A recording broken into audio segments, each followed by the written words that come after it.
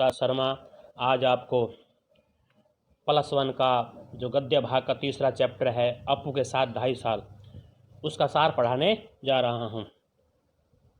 सुने, जो ये पाठ है अपू के साथ 2.5 साल, ये प्रसिद्ध फिल्म निर्माता सत्यजीत राय द्वारा रचित एक संस्मरण है। इसमें उन्होंने अपनी प्रसिद्ध फिल्म पथेर पांचाली बनाने के दौरान जिन जिन कठिनाइयों का उन्होंने सामना किया है उसका वर्णन इस पाठ में किया है। तो देखें, इसका सार इस प्रकार से है। पथेर पांचाली नामक फिल्म की शूटिंग 2.5 साल तक चली। लेखक एक विज्ञापन कंपनी में नौकरी करता था, इसलिए समय और पैसे की परेशानी रहती थी। शूटिंग से पहले अपू की भूमिका निभाने वाले लड़के की तलाश थी। लेखक ने रास बिहारी एवेन्यू में किराए पर एक कमरा लिया और अपू की तलाश शुरू कर दी। बच्चों, कलाकार के लिए अखबार में विज्ञापन भी दिए गए। अनेक लड़के भी वहाँ इंटरव्यू के लिए आए। एक सज्जन व्यक्ति तो अपनी लड़की के बाल ही कटवा कर ले आए। आखिरकार लेखक की पत्नी की नज़र पड़ोस में रहने वाले एक बालक पर टिकी। वह है सुखबीर बनर्जी। उस फिल्म में अपू बना। फिल्म बनाते बनाते जैसे जैसे समय बढ़ने लगा, लेखक को डर लग रहा था कि कहीं अपू और दुर्गा की भूमिका करने वाले जो ये बच्चे हैं ये बड़े न हो जाए, परंतु सौभाग्य से ऐसा नहीं हुआ। उस फिल्म में एक 80 साल की कलाकार भी काम कर, जिसका नाम था चुन्नी बाला। तो सौभाग्य से वो भी जिंदा रही। फिल्म में एक दृश्य रेलगाड़ी से संबंधित था। लेखक अपू, दुर्गा और अन्य कलाकारों को लेकर कलकत्ता से 70 मील दूर पालसिट गांव में पहुंचा। वहां काश फूलों से भरा हुआ एक मैदान था। उस मैदान में शूटिंग शुरू हुई। दृश्य थोड़ा लंबा था। आधा ही दृश्य उस समय पूरा हो पाया था। आधे दृश्य के लिए अगले सप्ताह पहुंचे तो क्या देखते हैं कि जो काश फूल थे वो वहाँ से गायब थे। क्योंकि उन्हें जानवर चर गए थे। इसलिए उस आधे दृश्य की शूटिंग अगले साल शरद ऋतु में हुई, जब दोबारा मैदान में काश फूल आ गए। अब रेलगाड़ी के दृश्यों की भी परेशानी थी। शॉट्स इतने थे कि एक नहीं 3-3 रेलगाड़ियों के शॉट्स लिए गए। कलाकार दल का एक सदस्य पहले से गाड़ी के इंजन में सवार होता था ताकि वह शॉट्स वाले दृश्य में बॉयलर में कोयला डालता जाए और रेलगाड़ी का धुआं निकलता दिखाई दे सके। उस दृश्य में बच्चों 3-3 रेलगाड़ियों का प्रयोग करते हुए भी उसे कोई पहचान नहीं पाया। 3 रेलगाड़ियों का उसमें प्रयोग किया गया था, परंतु देखने वाले उसमें पहचान ही नहीं पाए, बल्कि दर्शक उसको एक ही रेलगाड़ी समझ रहे थे। फिर आगे एक समस्या आई। लेखक को धन की कमी के कारण काफ़ी परेशानियां उठानी पड़ी। धन के अभाव के कारण बहुत दिक्कतों का सामना करना पड़ा। उदाहरण के लिए फिल्म में अपू और दुर्गा के लिए एक पालतू कुत्ता होना जरूरी था। गांव के एक कुत्ते को तलाशा गया। एक दृश्य में कुत्ते को भात खाता हुआ दिखाया जाना था, परंतु जैसे ही भात का दृश्य शुरू हुआ सांझ हो गई, संध्या हो गई, अतः वह शॉट नहीं लिया जा सका। उसके बाद लेखक के पास पैसे भी खत्म हो गए थे। 6 महीने बाद जब फिर से वह भात वाला शॉट लेने पहुंचे तो क्या समाचार मिला कि जो भूलो नाम का कुत्ता था वो मर चुका था। अब नया कुत्ता खोजा गया। सौभाग्य से भूलो से मिलता जुलता कुत्ता वहाँ मिल गया। गनीमत यह रही कि दर्शक अलग अलग कुत्ते को भी, जो दो कुत्ते, पहला कुत्ता भूलो था, दूसरा कुत्ता उसके जैसे आकार का था, उसको दर्शक पहचान ही नहीं पाए कि भाई अलग अलग कुत्तों से काम लिया गया है। और समस्या क्या देखो, फिल्म में एक मिठाई बेचने वाला है जिसका नाम है श्रीनिवास। उसके साथ आधे दृश्यों की शूटिंग हो चुकी थी। इस बीच उसका भी देहांत हो गया। फिर समस्या खड़ी हुई, इस दृश्य को कैसे पूरा किया जाए।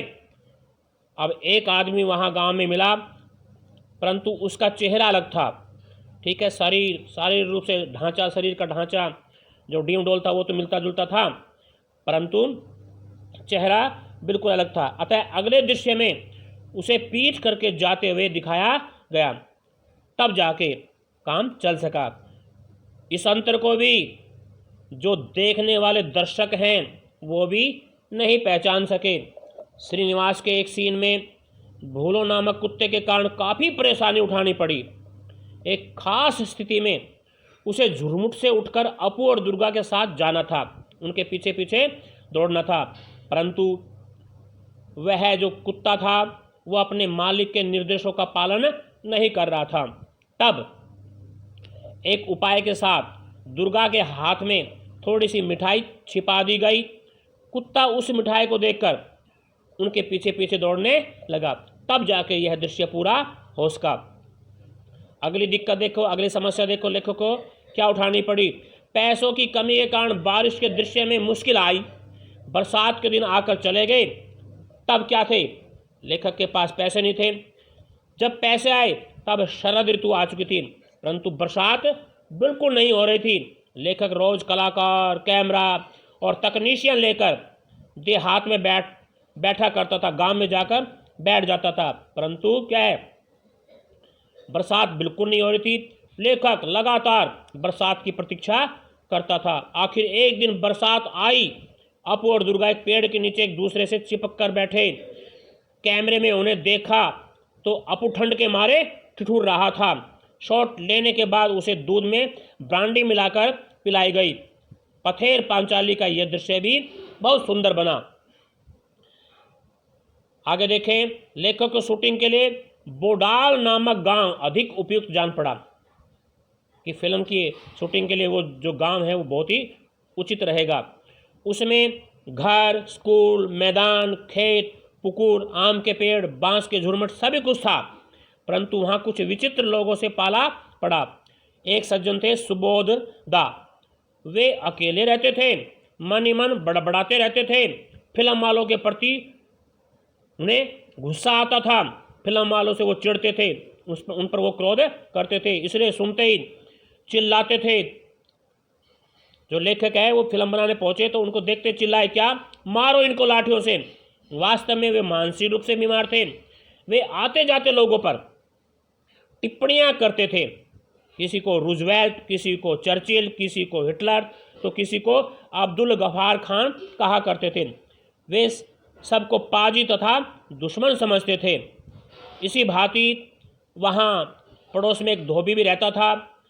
वो बिना मतलब के ही भाइयों और बहनों कहकर किसी राजकीय मसले पर लंबा भाषण देने शुरू कर देता था। ये उसकी आदत बनी हुई थी। शूटिंग के समय उसका यह पागलपना भरा भाषण बहुत परेशानी पैदा करता था। पर क्या है, उसके लंबे लंबे भाषण से जो साउंड का काम है वो प्रभावित होता था, क्योंकि साउंड रिकॉर्डिंग में डबल आवाज़ आती थी, तो जो साउंड का काम है वो प्रभावित होता था। परंतु जैसे तैसे उसके रिश्तेदारों ने लेखक की मदद की, तब जाके उससे पिंड छूटा, उससे पीछा छूटा। और अंत में देखें, जिस घर में रहकर लेखक का कलाकार दल शूटिंग करता था वह बहुत ही पुराना था।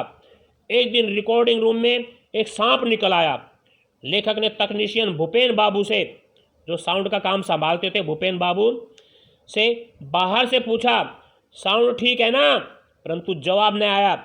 जब 2-3 बार पूछने पर भी जवाब नहीं आया तो लेखक अंदर जाकर देखता है। क्या देखता है कि एक सांप वहाँ खिड़की से नीचे उतर रहा है। उसे देखकर भूपेन बाबू की बोलती बंद हो गई थी।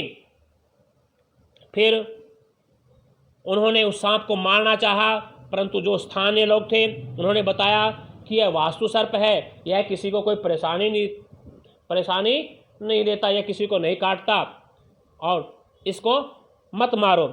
तो स्थानीय लोगों के मना करने पर उन्होंने उस सांप को नहीं मारा, क्योंकि गांव के लोग कहते थे ये कुल देवता है, वास्तु सर्प है, ये किसी को हानि नहीं पहुंचाता। तो इस तरह से लेखक को 2.5 साल फिल्म बनाने में लग गए। एक तो इसके पीछे था पैसों का अभाव, क्योंकि पैसों की कमी तो मेन होती है, यदि पैसा नहीं तो काम कैसे आगे बढ़े। तो और अन्य समस्याओं का सामना भी लेखक को करना पड़ा, तब जाके ये फिल्म पूरी हो पाई। तो मैंने ये आप लोगों को ये पाठ का सार अच्छी तरह से समझा दिया। इसको ध्यान से सुनना। धन्यवाद।